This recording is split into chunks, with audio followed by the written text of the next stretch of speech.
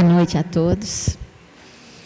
É uma alegria muito grande estar com vocês na noite de hoje para aprendermos juntos, né? Mais um pouco sobre a doutrina.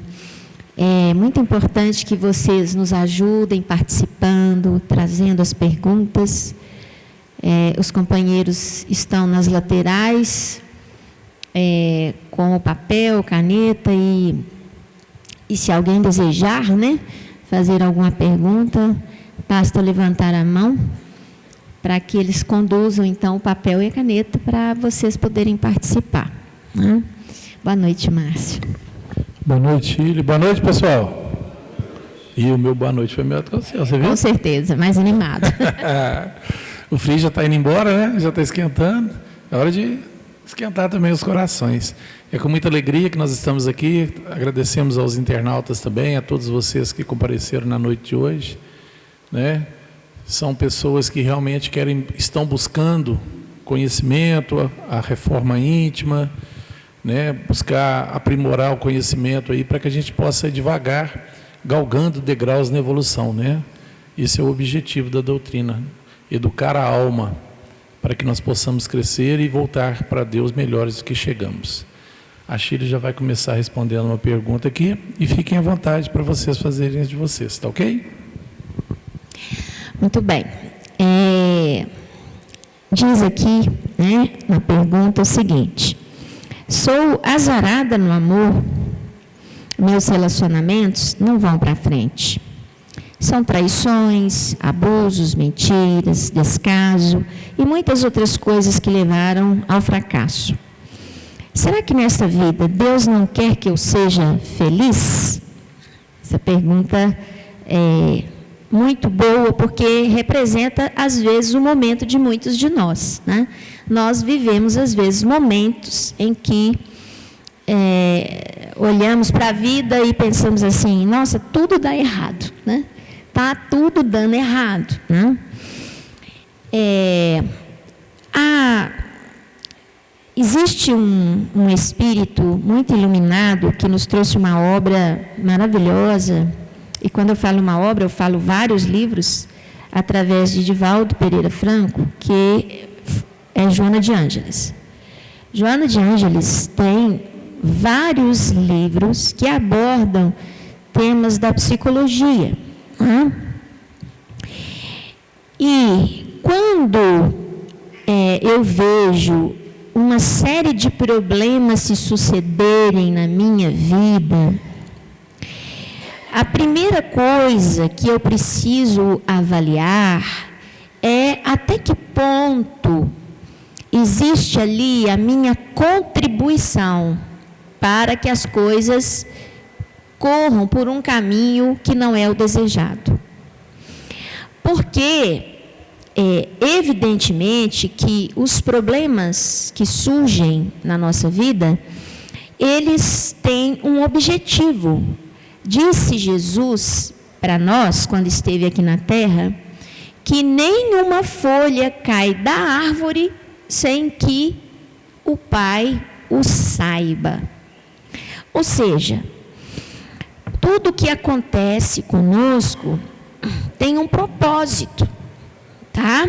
Tem um propósito. E o sofrimento, a dor, ela tem propósito na nossa vida. E toda vez que nós estamos enfrentando um sofrimento, uma dor e um desafio, a primeira pergunta que a gente sempre deve fazer é: o que a vida está pedindo para que eu aprenda? Né? O que eu preciso aprender? Qual a lição que devo tirar dessa situação que eu estou vivenciando? Quando eu faço essa pergunta, eu também estou analisando qual a contribuição que eu estou dando para que determinados fatos aconteçam comigo. Será que eu estou precisando melhorar a expressão dos meus sentimentos para que aquele objeto do meu amor consiga compreender que eu, de fato, o amo ou a ame, né? Então, será que eu preciso me expressar melhor? Eu preciso manifestar o meu sentimento de outra forma? Será que eu estou fazendo de forma adequada para que ele perceba o meu sentimento por ele? Os meus relacionamentos não dão certo. Será que eu estou sendo suficientemente empática, me esforçando para entender a posição do outro?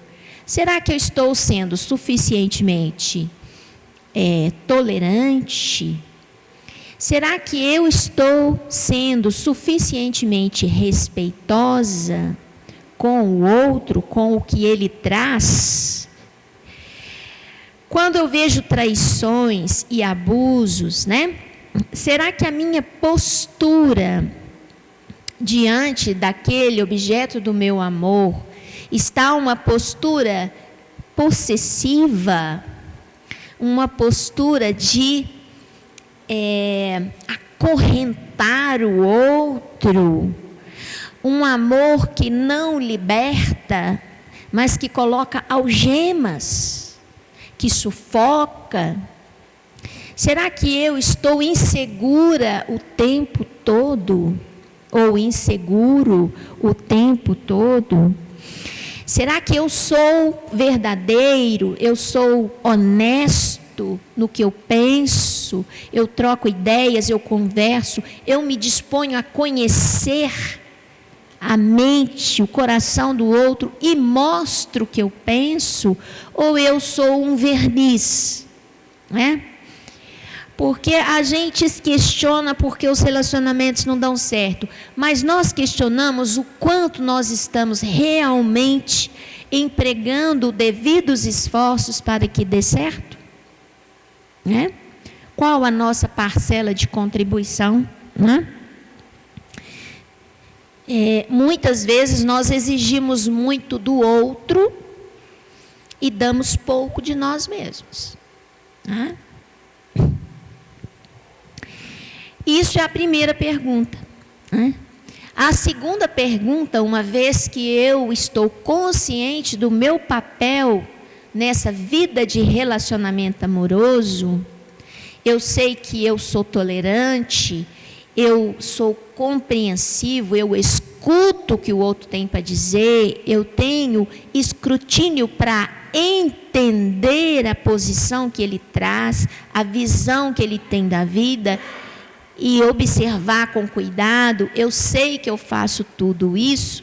Se eu faço tudo isso e mesmo assim a coisa não anda bem, aí nós podemos repensar qual o nosso compromisso com a nossa lei de causa e efeito.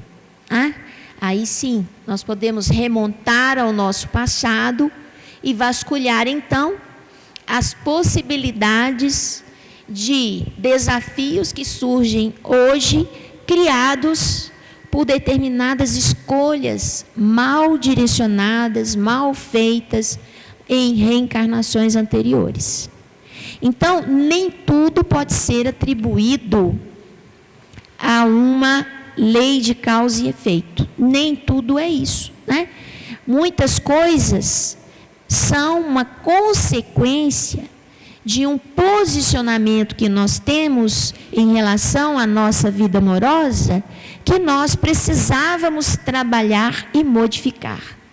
E é por isso que eu cito Joana de Ângeles, porque os livros de Joana de Ângeles nos levam a refletir sobre as nossas condutas, as nossas opções, os significados que damos à vida e aos fatos, às falas, à postura do outro. Joana de Ângeles nos leva a nos conhecer a si mesmos, para que a gente possa ser um pouco diferente à hora de lidar com o desafio dos relacionamentos. Muito bem. Uma coisa que me chamou a atenção nessa pergunta, Shirley, é a pessoa dizendo assim: será que Deus não quer que eu seja feliz? Vai ver que um dos motivos de não se dar certo no relacionamento é buscar felicidade no outro, né? A felicidade nunca está fora de mim, nunca está nas coisas, nunca está nas outras pessoas. Felicidade é um estado de espírito, né? Onde eu me encontro apesar de, né? Então é isso que chamou a atenção. Chegou uma pergunta aqui, a pergunta é até muito boa. A pessoa fala assim: Jesus disse que ninguém vai ao Pai a não ser através dele. Então não podemos nos dirigir diretamente a Deus? Fantástica pergunta, porque ela nos faz relembrar tudo que Jesus disse de uma outra forma, né? Quando Jesus fala que ninguém vai ao Pai a não ser através dele, por ele, ele não está dizendo que eu preciso me conectar a Jesus para que Jesus sirva de intermediário para Deus. Não é isso, né? Jesus, ele é o modelo, ele é o nosso padrão de seguir. Jesus não quer ser exaltado, Jesus não quer ser glorificado, ele não quer ser massageado pelos nossos egos, o nosso orgulho. Não quer, né? Quando Jesus fala que ninguém vai ao Pai a não ser através dele, ele está dizendo para que eu chegar ao Pai, eu tenho que fazer o que ele fez. Eu tenho que seguir os caminhos dele, seguir os passos dele. É isso que Jesus está me dizendo. Faça o que eu faço, haja como eu ajo, pense como eu penso, ama como eu amo. É isso que Jesus está me dizendo. É essa conexão direta. Por quê? Nós já estamos conectados a Deus, todos nós estamos.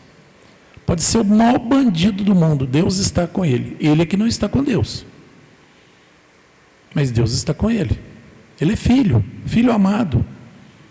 E vai ter oportunidade de regenerar, vai ter oportunidade de crescer, vai ter oportunidade de mudar, que demore anos, milhões de anos, ele vai ter as oportunidades dele de voltar para Deus, como nós estamos tendo a nossa. Então o que nós precisamos entender na fala do Cristo é que o caminho, Jesus falava, eu sou o caminho. O caminho é para quê? É para ser trilhado. O caminho não é para ser adorado. Eu sou a verdade. Ou seja, o que eu estou dizendo é verdadeiro, é correto. Eu não estou aqui enganando vocês. E eu sou a vida imortal, que todos nós temos. Todos nós somos imortais, né? O corpo, quando deixa de funcionar, o corpo para. A gente chama de morte. Mas eu, o ser inteligente, o ser pensante, eu continuo ali, seguindo o meu caminho, de acordo com o meu merecimento, de acordo com o que eu penso, com o que eu gosto, com o meu caráter, com a minha moral, com o meu conhecimento. É onde eu vou me encontrar. É o encontro consigo mesmo. É aí que o bicho pega, né? Nós estamos preparados para ir? Se Deus me chamar hoje, eu vou. Será que eu vou para algum lugar bacana? Tem muita gente que acha que vai para o nosso lar, né? Depois que saiu o filme, então, todo mundo quer ir para o nosso lar. Né? Nós temos uma colônia aqui perto também, não precisa ir lá não. Mas será que eu vou? Ou será que eu vou passar uma temporada em zonas inferiores ainda, devido às minhas inferioridades morais, inferioridade de caráter, de ações? Quem sou eu? Quais são os meus erros? Quais são as minhas fraquezas? Será que eu sou merecedor? Merecedor todos nós somos, né? Na verdade, todos nós somos. Mas será que eu estou sintonizado com esses planos superiores para que eu vá para lá? Porque quem determina isso sou eu. Não vai ter um juiz apontando o dedinho para mim, não vai ter Jesus falando assim, você vai para cá, você vai para lá, não tem isso não.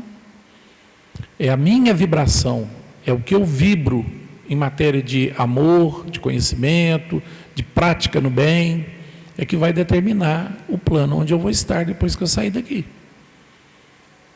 Né? E cada um conhece a si próprio. A gente já está aqui um tempão, né? Nessa doutrina espírita aqui, a gente faz estudo, mas eu vou ser sincero para vocês, tem hora que eu fico meio balançado, eu falo assim, não, me deixa mais um cadinho para eu aprender mais. Eu acho que se eu for agora, eu ainda vou passar uns perrengues.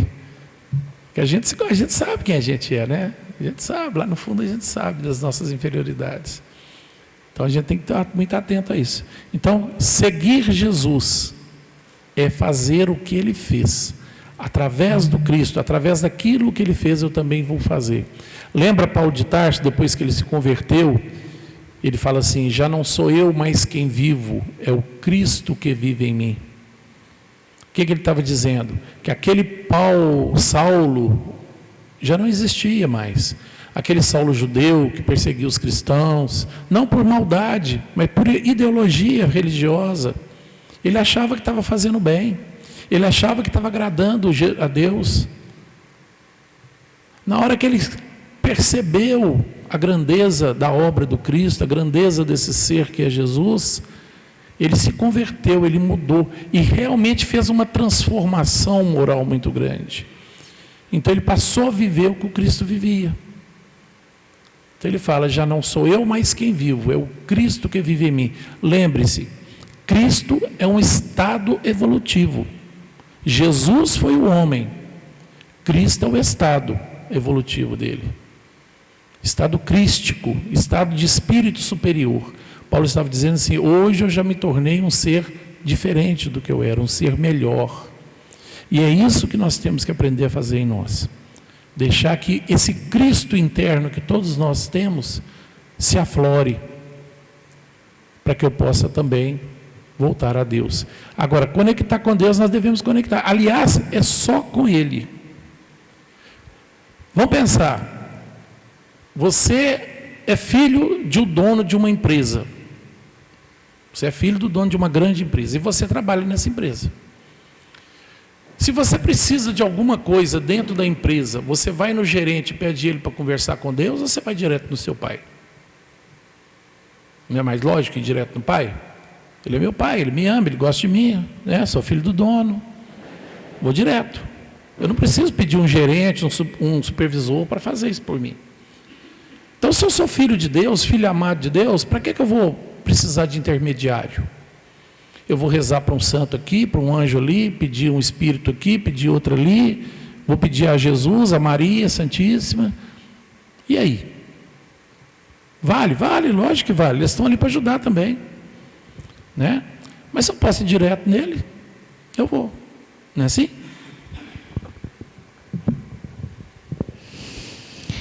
Bom, tem uma pergunta aqui interessante. Qual o entendimento sobre doação de órgãos segundo a doutrina espírita? Bom, uma coisa que a gente aprende com os espíritos é que é preciso respeitar muito a vontade do espírito que doa, né? Então, qual que é o grande problema na doação de órgãos?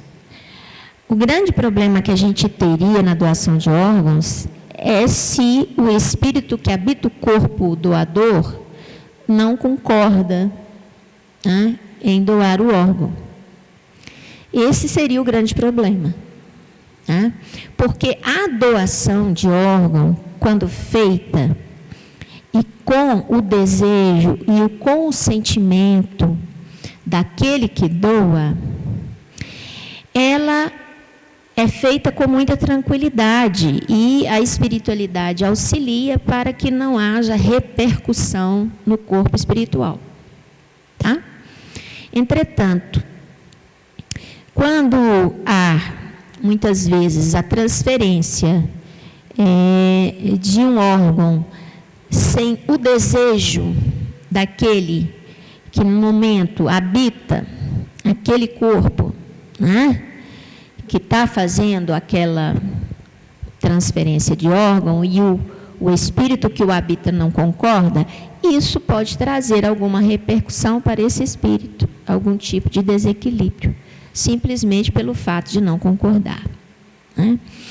Mas a grande maioria hoje dos casos de doação de órgão, nós sabemos que tem que ter a manifestação expressa, inclusive, né, do doador, dizendo que ele disponibiliza, né, o seu órgão para doação. né? A grande maioria. E nós devemos trabalhar, inclusive, com os nossos jovens, né? Com as nossas crianças, a importância que tem a doação de órgão, né? E trabalhar esse sentimento de fraternidade, de solidariedade, porque em determinado momento, se houver a possibilidade de uma doação de órgãos, de uma retirada de órgãos, né? De um jovem, por exemplo, em que ele não está expresso, né? A vontade dele de doar o seu órgão, né? A princípio, não deveria ser feita a doação. A doação deve ser feita diante da vontade expressa do doador. Seria o melhor. Mas se nós prepararmos a nossa humanidade para fazer isso como se fosse algo extremamente natural, disponibilizar o seu corpo físico para aqueles que precisassem, né, de algum auxílio, na medida em que nós tornarmos isso natural, não vai haver nem a necessidade da vontade expressa do doador, né? Porque aí nós estaremos preparando a humanidade para essa doação, né?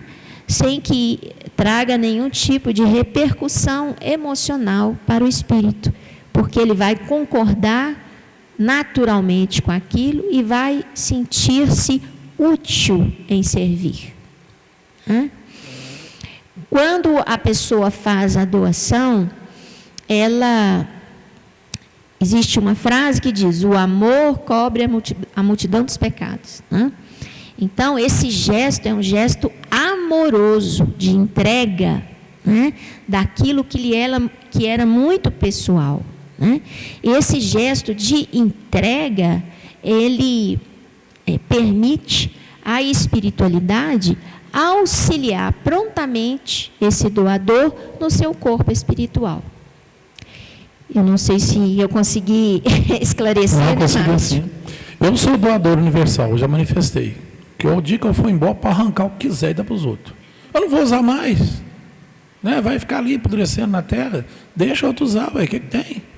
Eu acho que é o maior e último gesto de caridade que a gente pode fazer.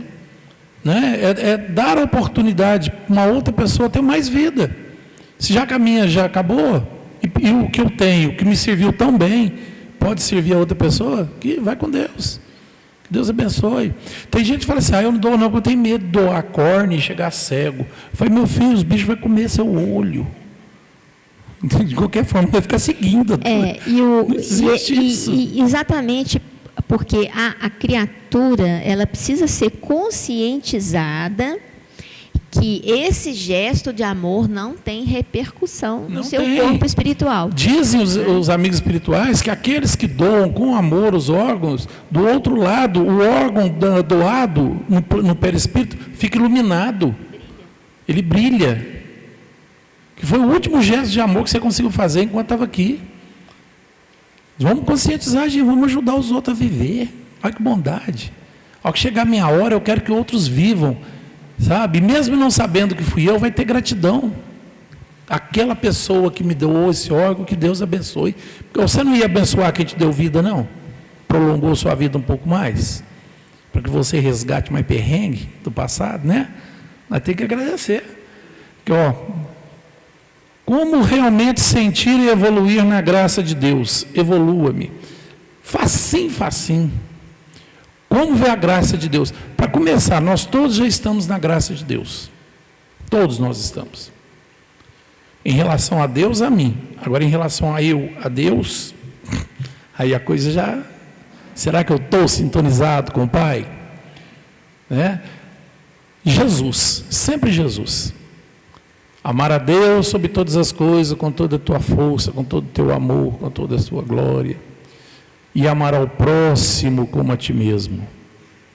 Ele pegou os 10 mandamentos e resumiu em 2 leis. Primeiro, amar a Deus. e amar ao próximo como a ti mesmo. E se a gente for analisar essas duas falas de Jesus, as duas coisas são a mesma, é uma só. Porque como é que eu vou amar a Deus? Nós conseguimos amar a Deus mesmo assim, de verdade?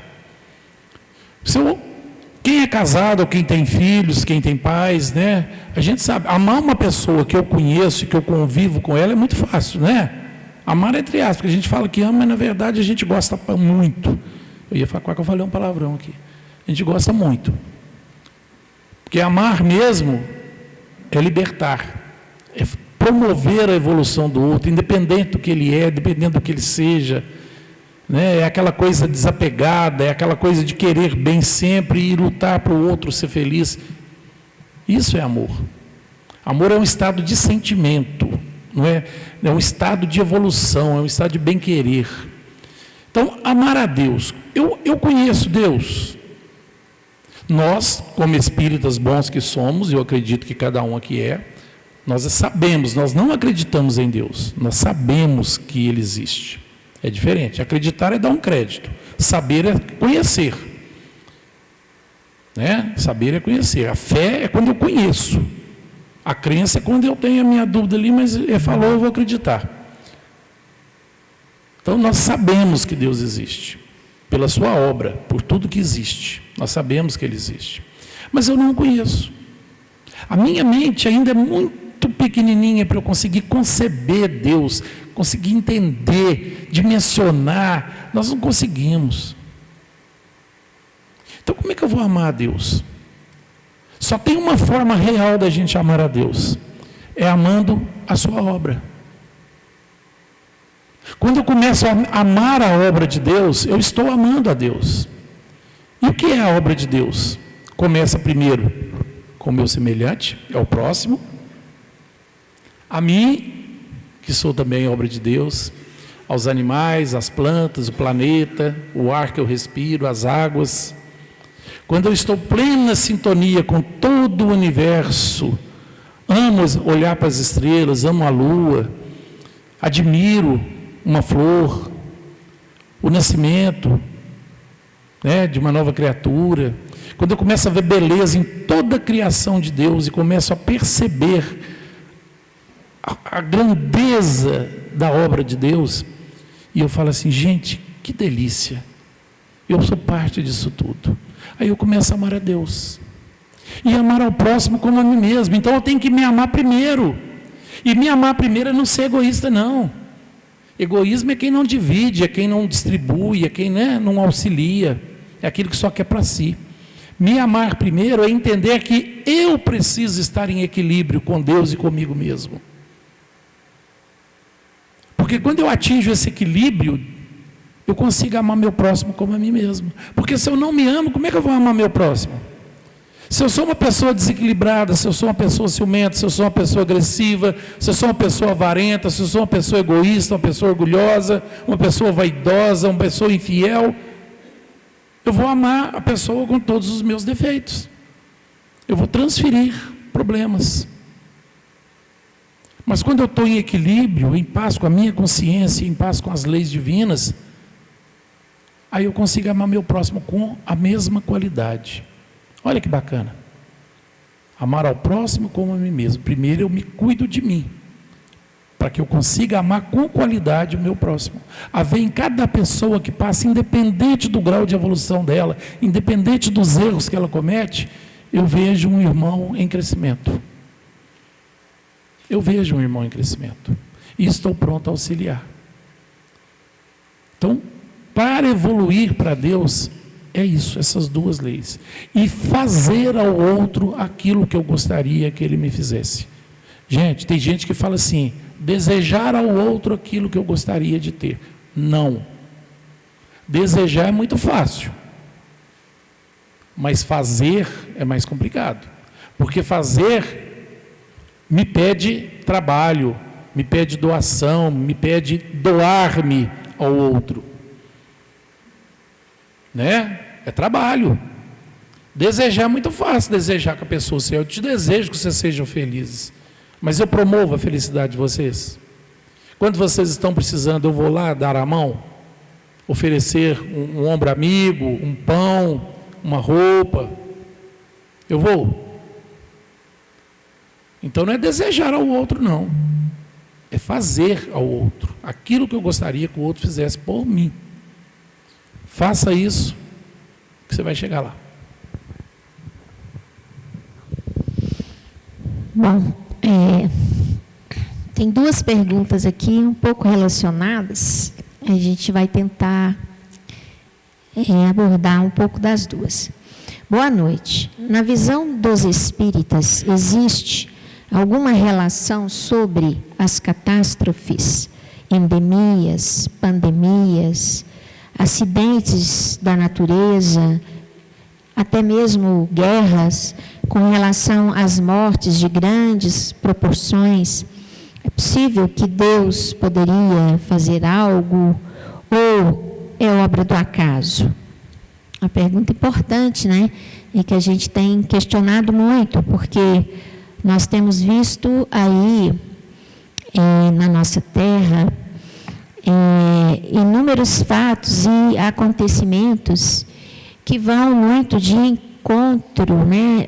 Ou seja, de forma contrária, né? À direção da proposta cristã, né? A gente vê muitas coisas acontecendo e a gente tem aquela impressão, né? Que a Terra está ficando num estado calamitoso, né?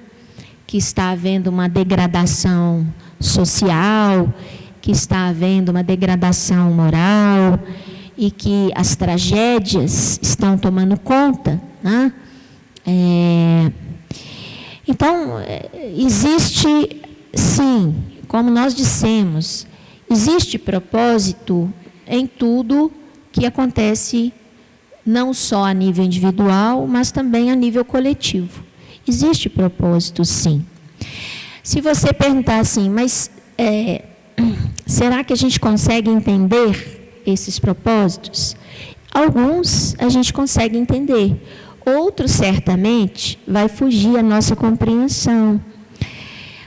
Mas como que foge a nossa compreensão? É porque muitas vezes nós não temos conhecimento suficiente, visão prolongada de milênios suficiente para entender dentro da história da humanidade tudo o que está acontecendo. Vou dar um exemplo. Peguei um artigo por esses dias falando dos medicamentos que hoje estão fabricados com nanotecnologia. Eu confesso para vocês que eu li o artigo sobre nanotecnologia e eu fiquei no mesmo lugar. Por quê? Porque me faltou conhecimento para entender aquilo que estava sendo explicado, né? Então, muitas vezes, nessas questões coletivas da humanidade, muitas vezes nós não temos conhecimento suficiente para compreender todo o processo evolutivo coletivo da humanidade, do globo terrestre, da humanidade como um todo. Mas tem algumas coisas importantes, sim. Às vezes existem mortes coletivas que são kármicas, tá? Sim, não são todas, mas nós sabemos que existem mortes coletivas que são mortes kármicas, tá?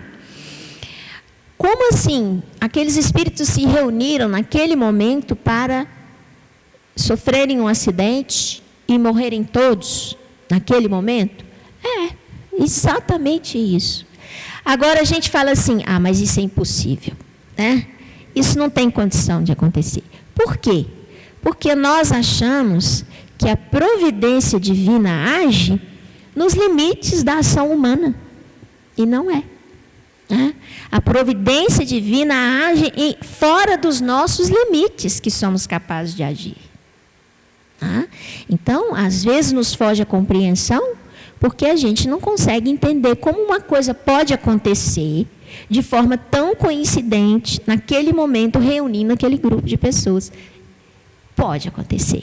A providência divina pode fazer isso.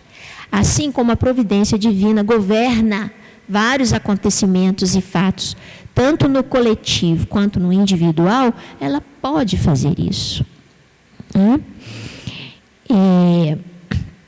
Nós sabemos que na história da humanidade, nós já tivemos vários eventos sísmicos, né? Terremotos, vulcões, maremotos, onde muitas criaturas perderam a sua vida física, e partiram para o mundo espiritual. Mas todos que estavam ali e que perderam a sua vida física, é porque era o momento de cada um. Só que estavam reunidos naquele momento, e aquele momento foi providencial para todo aquele grupo, que estava no momento da partida mesmo. Se eles não tivessem todos reunidos ali, se estivessem espalhados pelo mundo, vamos dizer assim, certamente todos eles estariam perdendo a sua vida física naquele momento, nos diversos lugares onde eles estariam. Então, existe sim uma coordenação divina sobre os fatos e os acontecimentos coletivos. Existe. E aí, existe duas coisas no Evangelho que são muito importantes. É preciso que o escândalo aconteça, mas ai daquele de onde vem o escândalo. Outra coisa Jesus nos disse: para que você possa fazer a colheita de forma adequada, é preciso que cresça o joio e o trigo. Para que você consiga diferenciar claramente e de forma inequívoca o que é joio e o que é trigo. Então, nós vamos ver nessa fase de transição planetária, onde a Terra deixa de ser um planeta de prova e expiação para ser um planeta de regeneração, é uma transição. O que significa isso? Que prova e expiação é um mundo onde o mal predomina. O nosso ego é maior que o nosso self. O mal predomina. O mundo de regeneração é onde há o contrário, onde o bem predomina sobre o mal. Mas o mal existe ainda. Nós estamos saindo desse mundo onde o mal domina para caminhar para onde o bem domina. Aí, a gente quer que isso aconteça, né, Márcio? Assim, de um dia para o outro. Em 1 ano, em 2 anos, em 10 anos, em 20 anos. E não é assim que acontece. Tem uma frase que eu sempre ouvi do meu companheiro, que o tempo de Deus não é o nosso tempo. Então, essas mudanças, principalmente mudanças de paradigma, elas podem levar um tempo que não é exatamente o tempo que a gente gostaria. Nós gostaríamos que fosse 50 anos, um século, pode levar muito mais do que isso. O tempo das grandes mudanças não é o nosso tempo. O nosso tempo aqui na Terra é muito curto. Nós somos espíritos eternos. E, na verdade, o tempo torna-se importante somente aqui na Terra. Porque aqui a gente tem início, meio e fim. Mas no mundo espiritual não existe início, meio e fim. Então, o tempo da mudança não é o tempo que a gente desejaria. É o tempo que a divina providência e que a sabedoria divina vai orientar. Porque o que é o desejo do Pai? O desejo do Pai é que todos os seus filhos brilhem para a luz e sejam felizes. Todos. E quando eu falo todos, sem exceção. Até mesmo aqueles que estão distantes demais do amor de Deus. Até eles têm que chegar no brilho da luz. Então, o tempo de cada um vai depender das escolhas. Mas o planeta Terra está fazendo essa transição. E nessa transição é preciso que o joio cresça, para que cada um de nós, que estamos aqui na Terra em aprendizado, possamos observar aquilo que nos faz bem, aquilo que não nos faz bem, e possamos fazer opções melhores. E dentre as opções melhores que fizermos, a sociedade vai caminhando para a sociedade de regeneração. Porque se cada um se iluminar, se cada um de nós procurar o bem, procurar o amor, nós vamos fazer reverberar esse bem. Inclusive naqueles que ainda não se atentaram para isso. E aí, tudo vai caminhando para melhor. Mas o grande problema nosso é o desejo que nós temos que isso aconteça em algumas horas, em alguns anos, ou no máximo daqui uns 20 anos, para que cada um de nós possa participar desse mundo de regeneração, ainda na forma física, esquecendo que nós estaremos aqui, na forma espiritual. Né? Tem muita gente que acha, eu queria tanto que o mundo virasse regeneração, como estar nele, e a gente pensa assim, mas você está sintonizado com a regeneração? Você é merecedor desse mundo? Se não é, se prepare que você vai para outro. Outro primitivo. Vamos lá. A última pergunta da noite. Boa noite. Um espírito pode assinar em nome de outro? Se pode, como saber se não é um impostor? Facinho, facinho. Primeira coisa, não fique buscando informações. Se você tem um parente, um amigo, uma pessoa querida que já desencarnou, se ele tiver uma extrema necessidade de entrar em contato com você, você vai receber uma correspondência na sua casa. E pode manifestar lá no Amazonas, na casa espírita lá do Amazonas, e que o pessoal vai pôr o endereço lá para você e vai te chegar aqui. Não precisa se preocupar. Outra coisa é questionar a mensagem. Tudo que vem de lá para cá tem que ser questionado.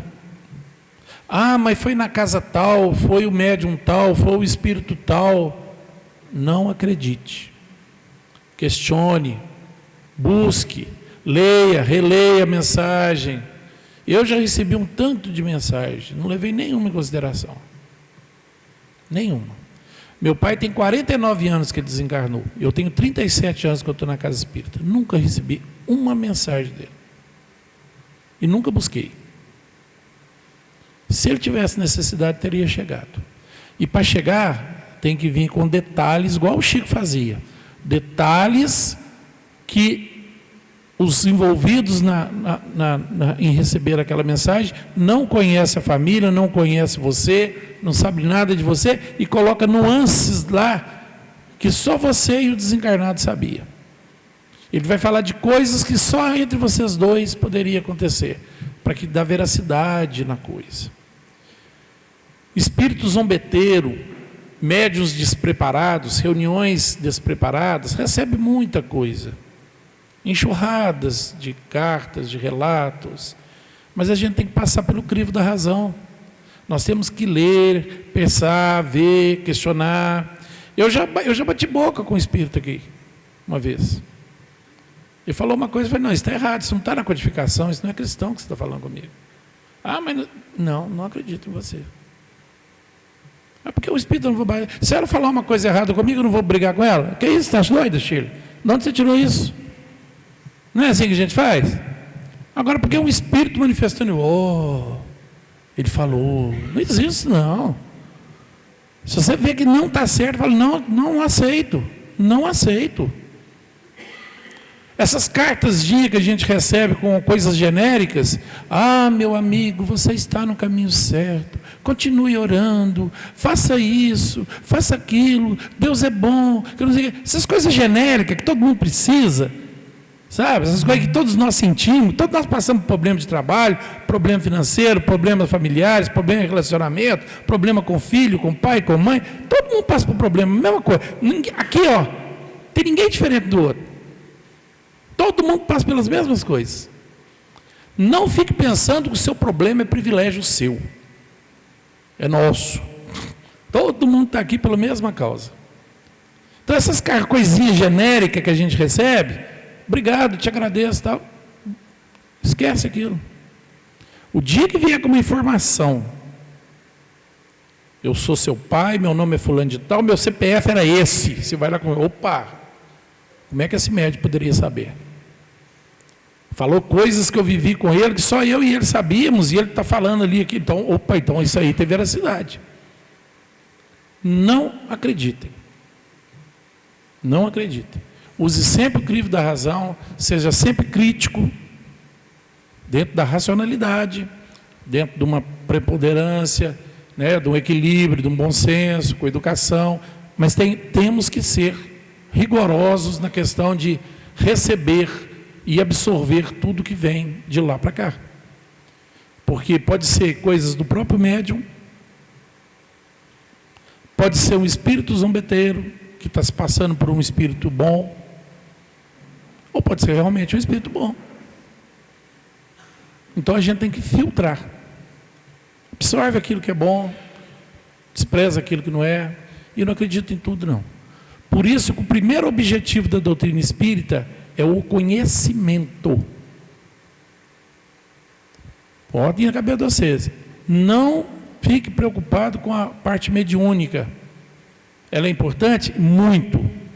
Mas a nossa primeira preocupação é com o conhecimento, é o estudo da doutrina espírita, estudo aprofundado mesmo, é ler, reler, participar de grupos, estudar bastante, usar a minha inteligência para ver aquilo ali, ouvir palestra, aquilo que for bom eu pego, aquilo que não for, beleza, o expositor lá na hora não estava feliz. Tem que ser assim. Cada um tem que ser construtor do seu próprio conhecimento. Não vamos engolir tudo, porque nós estamos na casa X, com o médio Y e com o espírito Z, não. Senão nós quebramos o bico, viu, gente? A coisa é séria, é bonita, é linda, maravilhosa, mas é sério. Tá? Temos que ser rigorosos nisso aí. Tá bom? Nosso tempo acabou, o Mário está fechando a cara para mim ali.